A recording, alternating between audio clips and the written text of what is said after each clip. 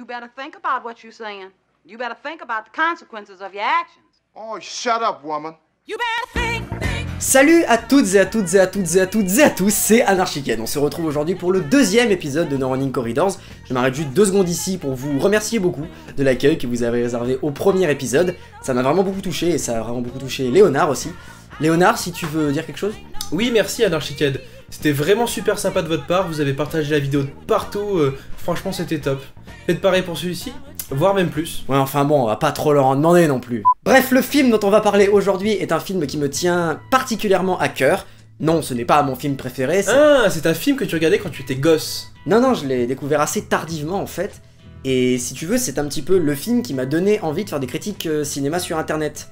Il a enfanté No Running Corridors dans un sens. Et d'ailleurs, il devait même mettre la vedette du premier épisode à la place d'Electroma. Oh mon dieu, mais ça doit être un putain de bon film. En fait, c'est plus compliqué que ça. Il a une réputation d'ovni ininterprétable et du coup, on peut pas vraiment dire si c'est un bon ou un mauvais film. Et du coup, le défi du jour, ça va être de tomber cette réputation. Oula, ce serait pas un peu ambitieux tout ça? Eh, on est dans No Running Corridors ou on n'y est pas là? Allez, fais péter les hamburgers, papy.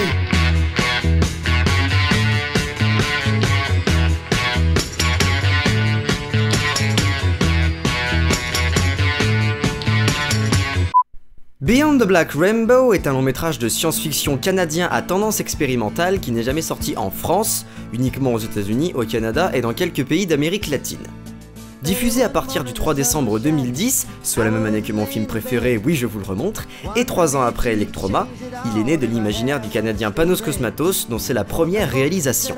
Si lui n'est pas très connu, son père par contre, George Pan Cosmatos, l'est autrement plus, notamment pour avoir signé quelques films marquants tels que Cobra, Tombstone ou encore Rambo 2. En plus de se payer des chocolats et une réputation d'ovni ininterprétable, Beyond the Black Rainbow appartient à un sous-genre du cinéma expérimental qu'on appelle le cinéma de trance. Baptisé ainsi par Cosmatos lui-même, le cinéma de trance contient des films de rêve sans scène de réveil.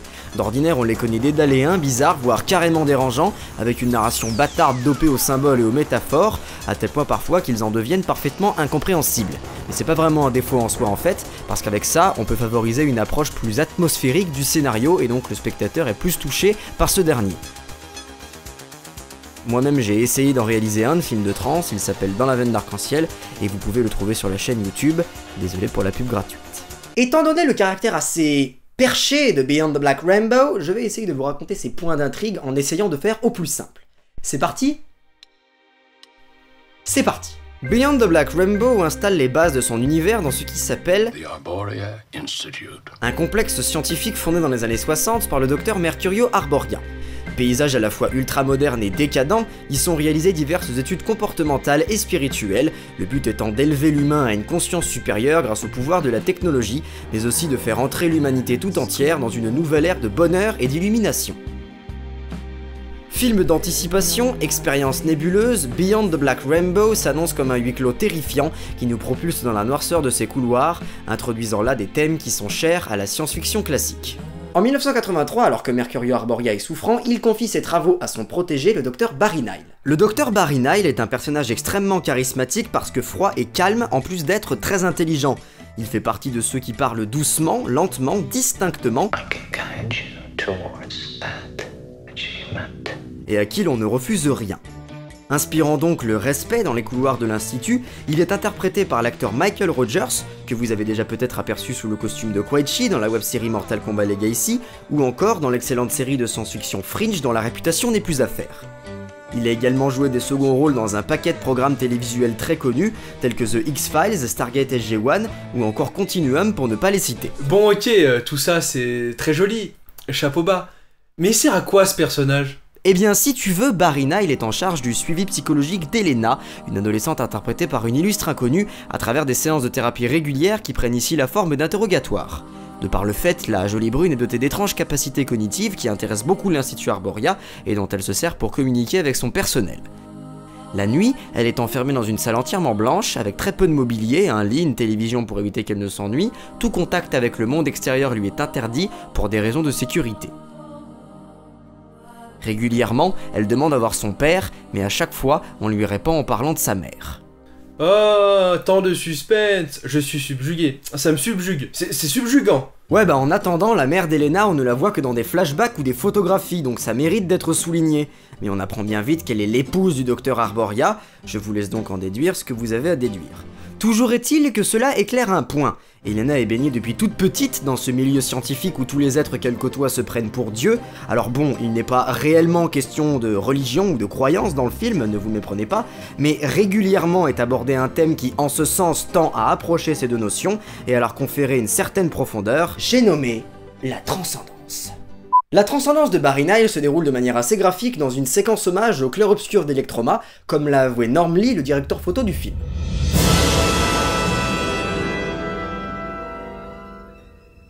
Bon là je fais le mariole parce que j'ai réussi ma prise, je chuchote un petit peu, mais la scène qui va suivre n'est pas à mettre devant tous les yeux. Extrait.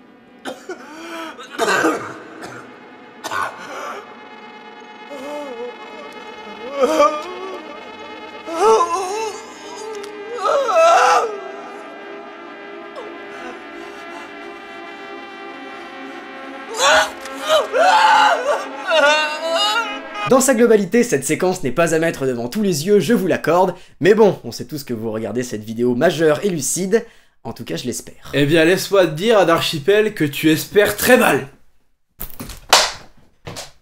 Bon, après tout ce bordel plastique, on se rend très vite compte que Barry Nile n'inspire pas seulement le respect dans l'Institut Arboria. Instable, psychotique et schizophrène, il y inspire aussi la crainte. Il continue à harceler Elena dans sa cellule en lui posant des questions plus énigmatiques les unes que les autres, et ça continue, il ne s'arrête jamais à vrai dire, et ça fait même peur aux gens qui travaillent avec lui.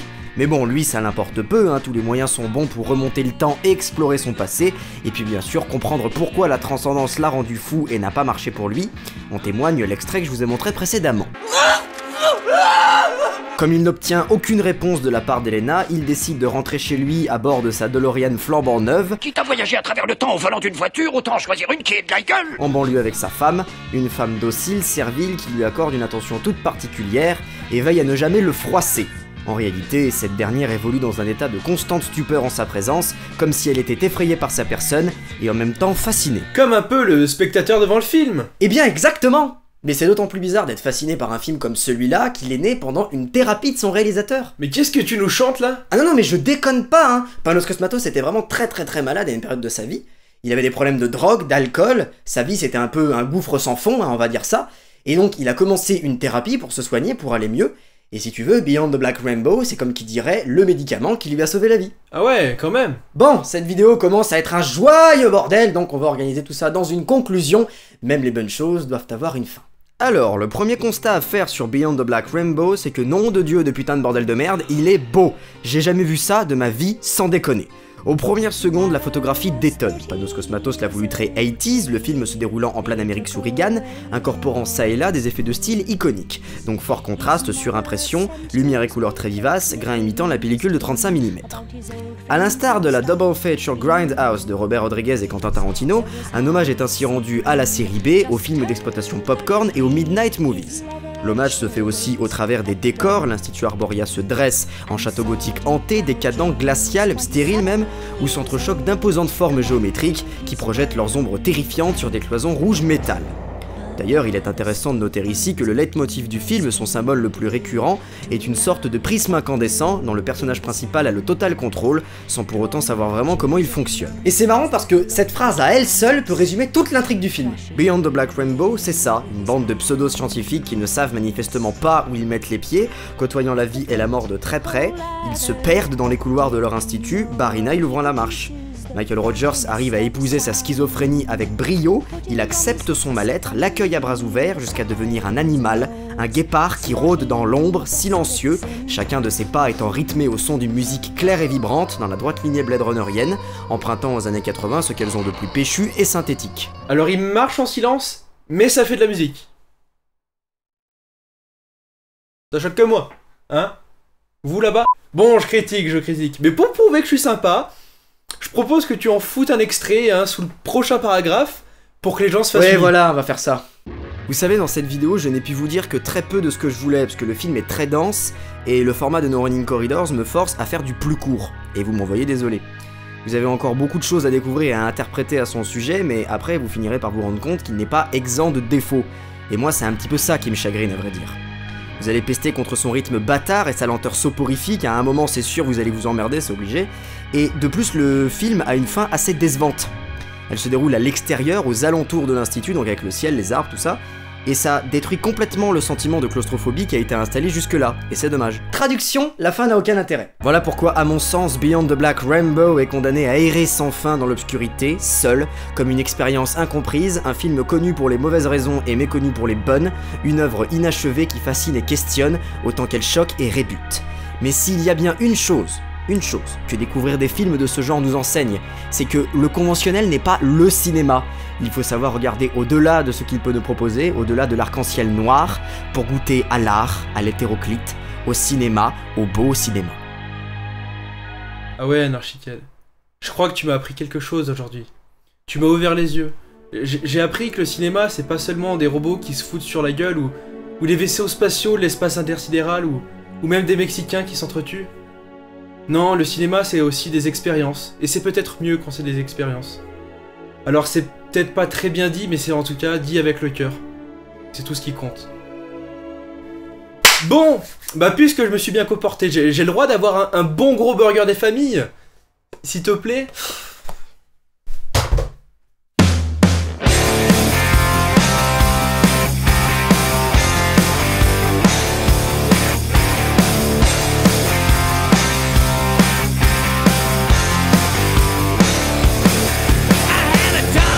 Bon, cette vidéo commence à être un joyeux bordel, donc on va organiser tout ça dans une conclusion. Même les bonnes chauves de... Oh non, putain.